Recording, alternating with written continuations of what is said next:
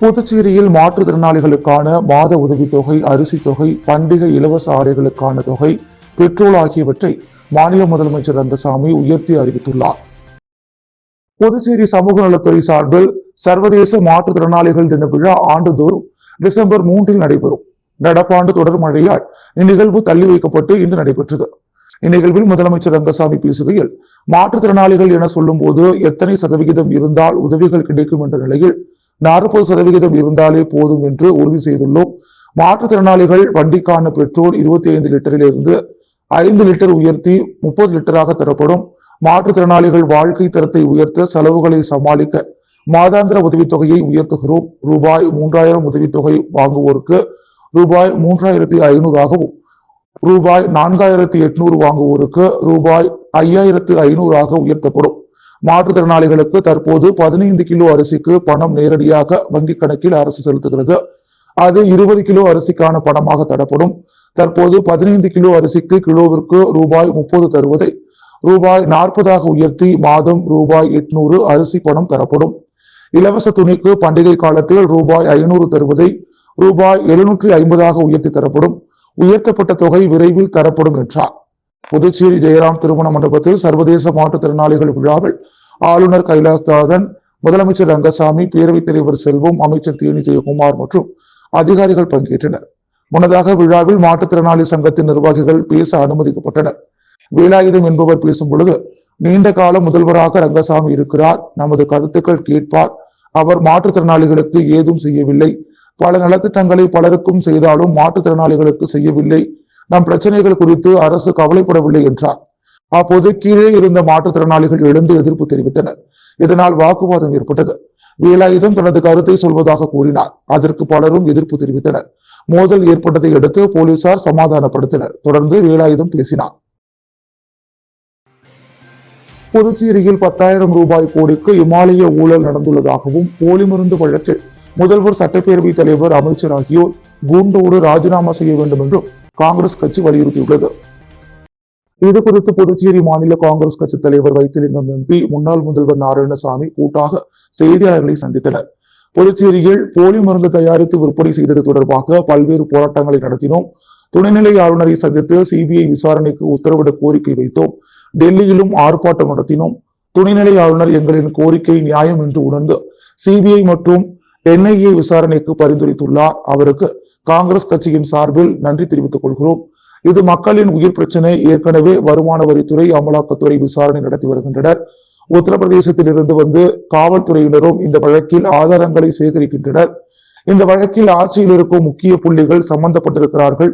சட்டப்பேரவைத் தலைவர் செல்வம் நேரடியாக தலையிட்டிருக்கிறார். ஆகவே அவரை குற்றவாளியாக சிபிஐ விசாரணையில் சேர்க்க வேண்டும். செல்வத்தை விசாரித்தார் இன்னும் நிறைய விவரங்கள் வெளியே வரும். ஆனால் செல்வத்தை பாஜக காப்பாற்ற முயற்சி செய்யக்கூடாது. இந்த வழக்கில் பாஜக, என்ஆர் காங்கிரஸ் அரசியல் தலைவர்களும் சம்பந்தப்பட்டிருக்கிறார்கள். அரியாங்குப்பத்தைச் சேர்ந்த மணிகண்டன் என்பவர் சிபிசிஐடியால் கைது செய்யப்பட்டுள்ளார். அவர் என்ஆர் காங்கிரஸ் கட்சியை சேர்ந்தவர். ரூபாய் 10,000 கோடிக்கு போலி மருந்து விற்பனை செய்யப்பட்டுள்ளது. இது மிகப்பெரிய இமாலய ஊழல். பல 100 கோடி லஞ்சம் கொடுக்கப்பட்டுள்ளது. சட்டப்பேரவை தலைவருக்கு நீல நிற சொகுசு காரை முக்கிய நபரான ராஜா வாங்கி கொடுத்துள்ளார். அது மட்டுமின்றி ரூபாய் 42 லட்சத்துக்கு தீபாவளிக்கு அவருடைய தொகுதியில் பரிசு பொருட்கள் கொடுக்க ராஜா பணம் கொடுத்திருக்கிறார். நேரடியாக சட்டப்பேரவைத் தலைவர் அவரிடம் கையூட்டு பெற்றுள்ளார். சட்டப்பேரவைத் தலைவர் பதவியில் இருந்தால் பல ஆதாரங்களை அழிப்பதற்கான நடவடிக்கை இருக்கும். ஆகவே அவர் பதவி விலக வேண்டும்.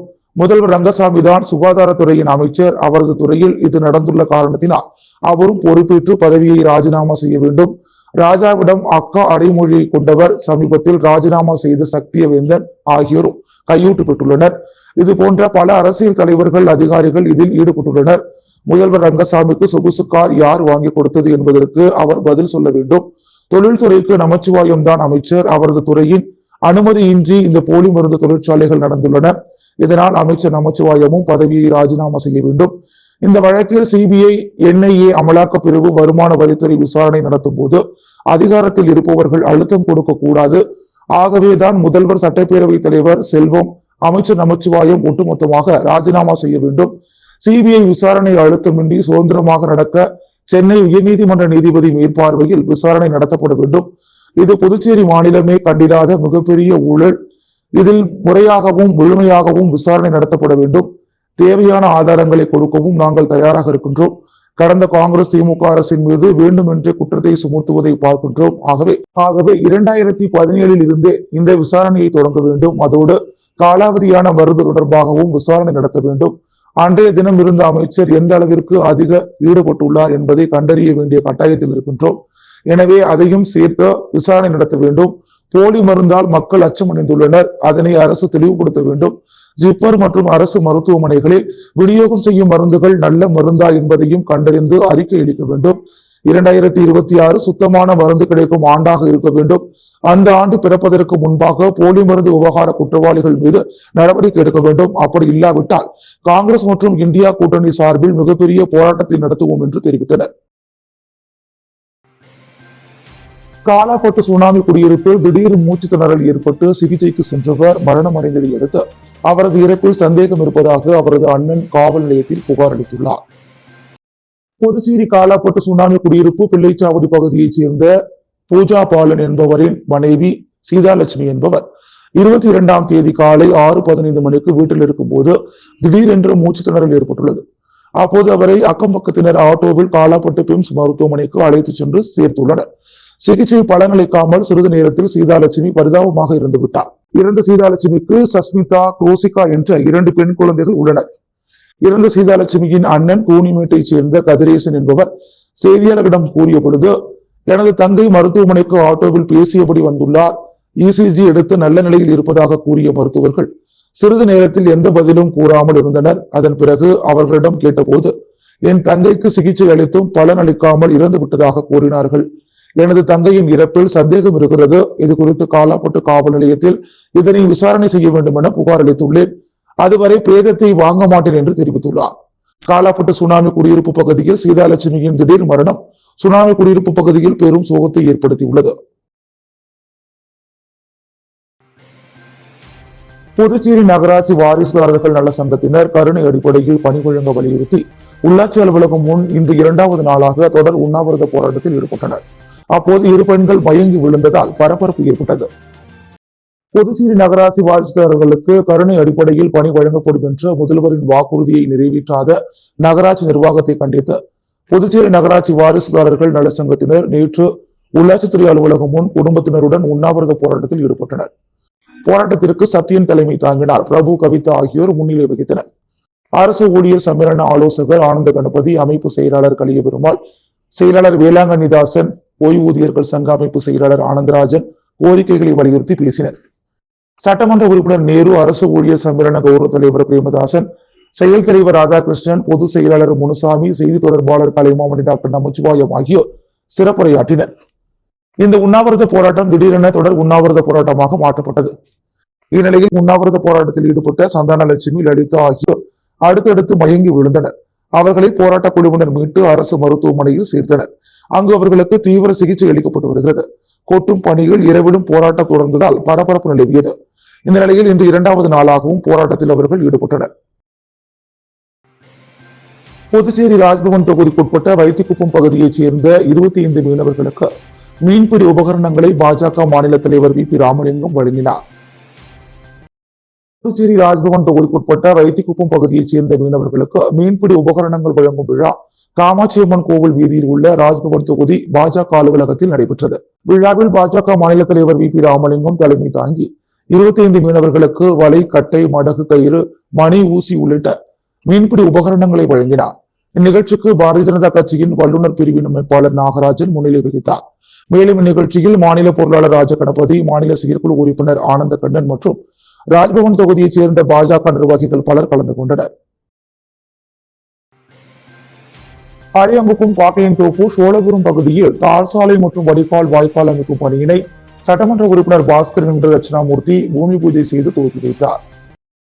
அரியாங்குப்பம் சட்டமன்ற தொகுதிக்குட்பட்ட காக்கையன்தோப்பு, சோழபுரம் பகுதியில் உள்ள எம்ஜிஆர் தேர் விரிவாக்கம் மேற்கு பகுதிக்கு சட்டமன்ற உறுப்பினர் மேம்பாட்டு நிதி மூலம் 28,50,000 ரூபாய் மதிப்பீட்டில் தார் சாலை மற்றும் வடிகால் வாய்க்கால் அமைக்கும் பணி மற்றும் அதே பகுதியைச் சேர்ந்த எம்ஜிஆர் தேர் கிழக்கு விரிவாக்க பகுதிக்கு தார் சாலை மற்றும் வடிகால் வாய்க்கால் அமைத்திட 10,11,000 ரூபாய் மதிப்பீட்டிலும் பணிகள் மேற்கொள்ள சட்டமன்ற உறுப்பினர் பாஸ்கர் என்கிற தட்சிணாமூர்த்தி தலைமையில் பூமி பூஜை செய்து பணிகள் துவங்கப்பட்டது.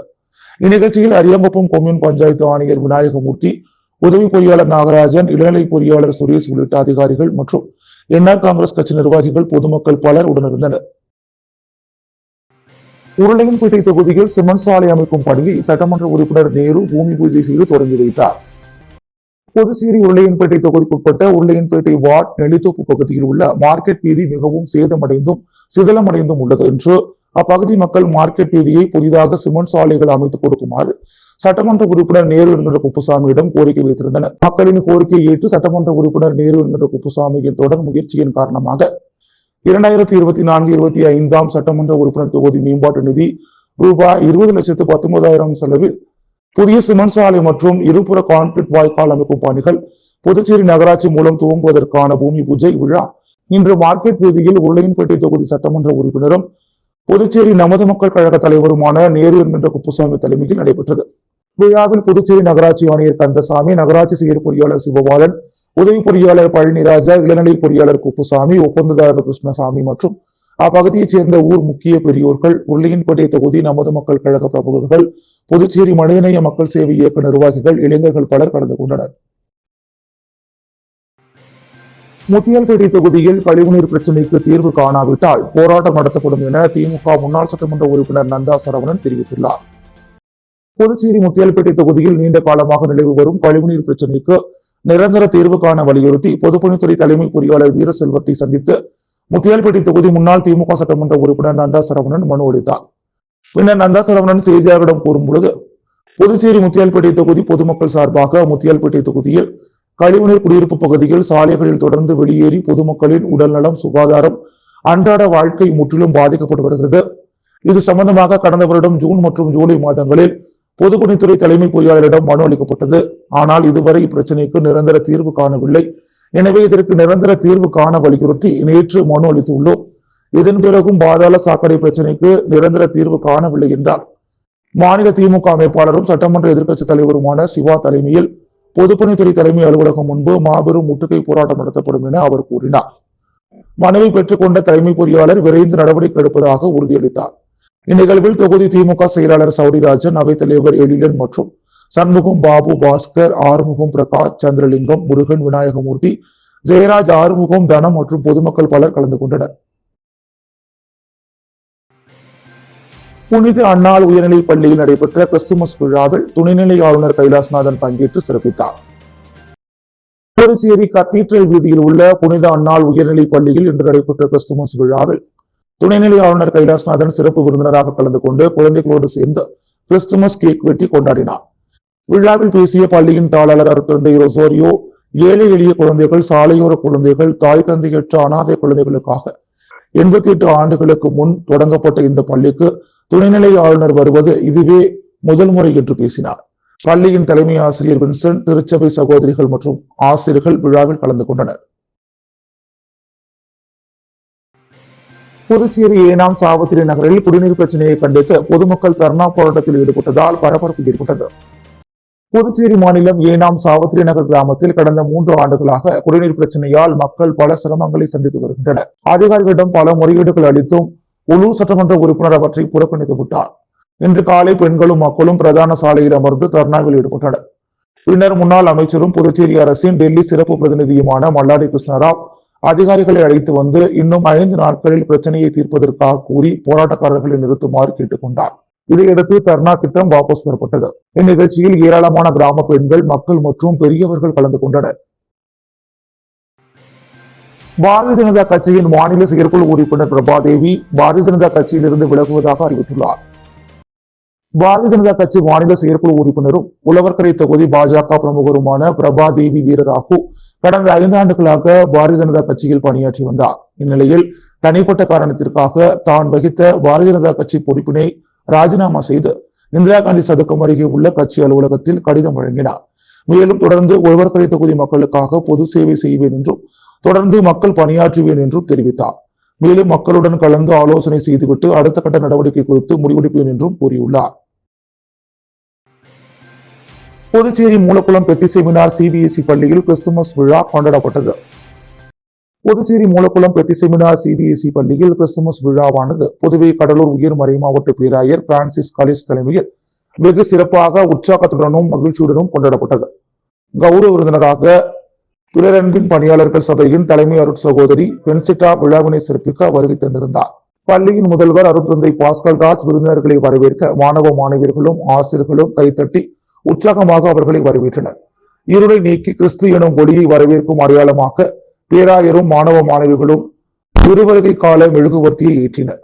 வரவேற்பு நடனத்துடன் விழா இனிதே தொடங்கியது. அதனைத் தொடர்ந்து சிறப்புரையாற்றிய பேராயர் கடவுளின் அன்பின் வெளிப்பாடாக பிறந்த இயேசு கிறிஸ்துவின் பிறப்பின் நோக்கத்தை நாம் வாழ்வில் கடைபிடிக்க வேண்டும் என்றும் அவர் போதித்த அன்பு, தியாகம், மனிதநேயம், எளிமை மற்றும் இரக்கத்தை மாணவர்கள் அனைவரும் பின்பற்ற வேண்டும் என்றும் கூறினார்.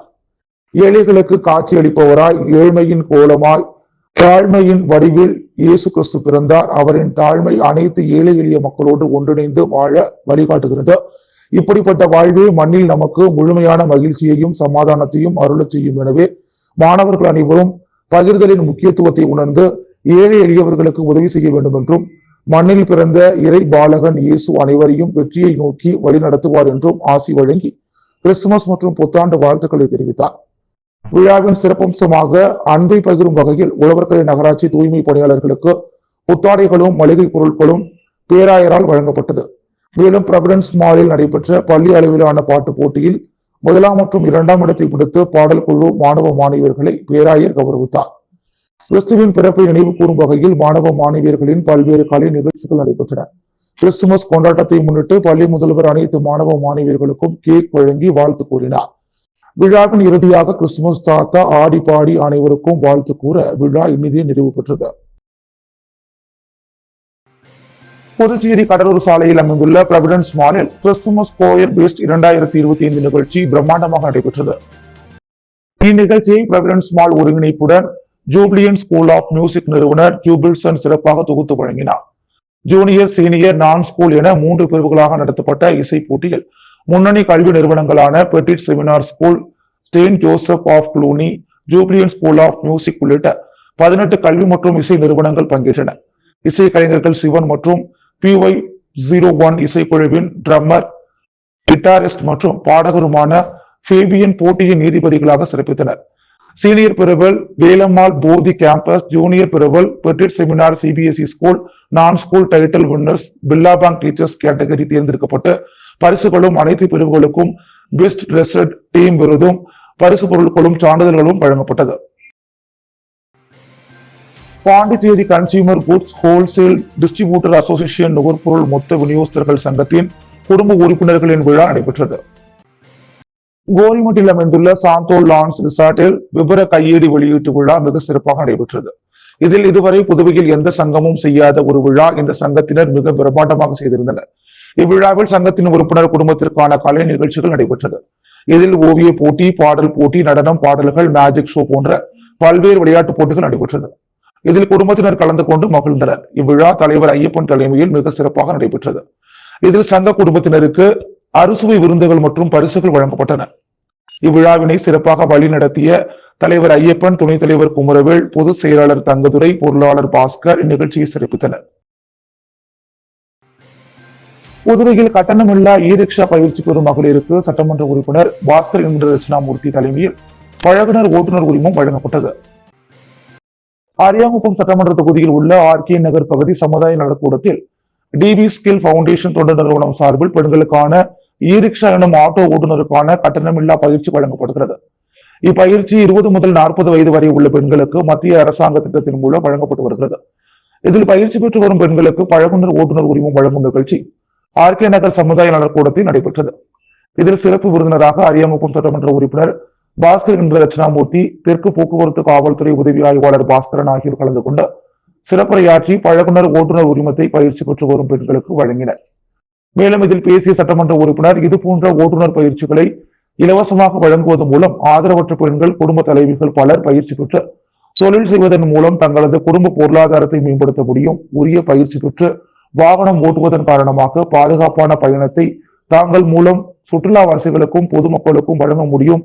மேலும் சமுதாயத்தில் பெண்கள் அங்கீகாரம், பொருளாதாரம் ஏற்றம் பெற்று சுய கௌரவத்துடன் தங்களது வாழ்க்கை பயணத்தை அமைத்துக் கொள்ளலாம் எனவும், அனைத்து பெண்களும் இது போன்ற பயிற்சிகளை பயன்படுத்தி தங்களது வாழ்க்கை தரத்தை உயர்த்திக் கொள்ள வேண்டும் எனவும் கூறினார்.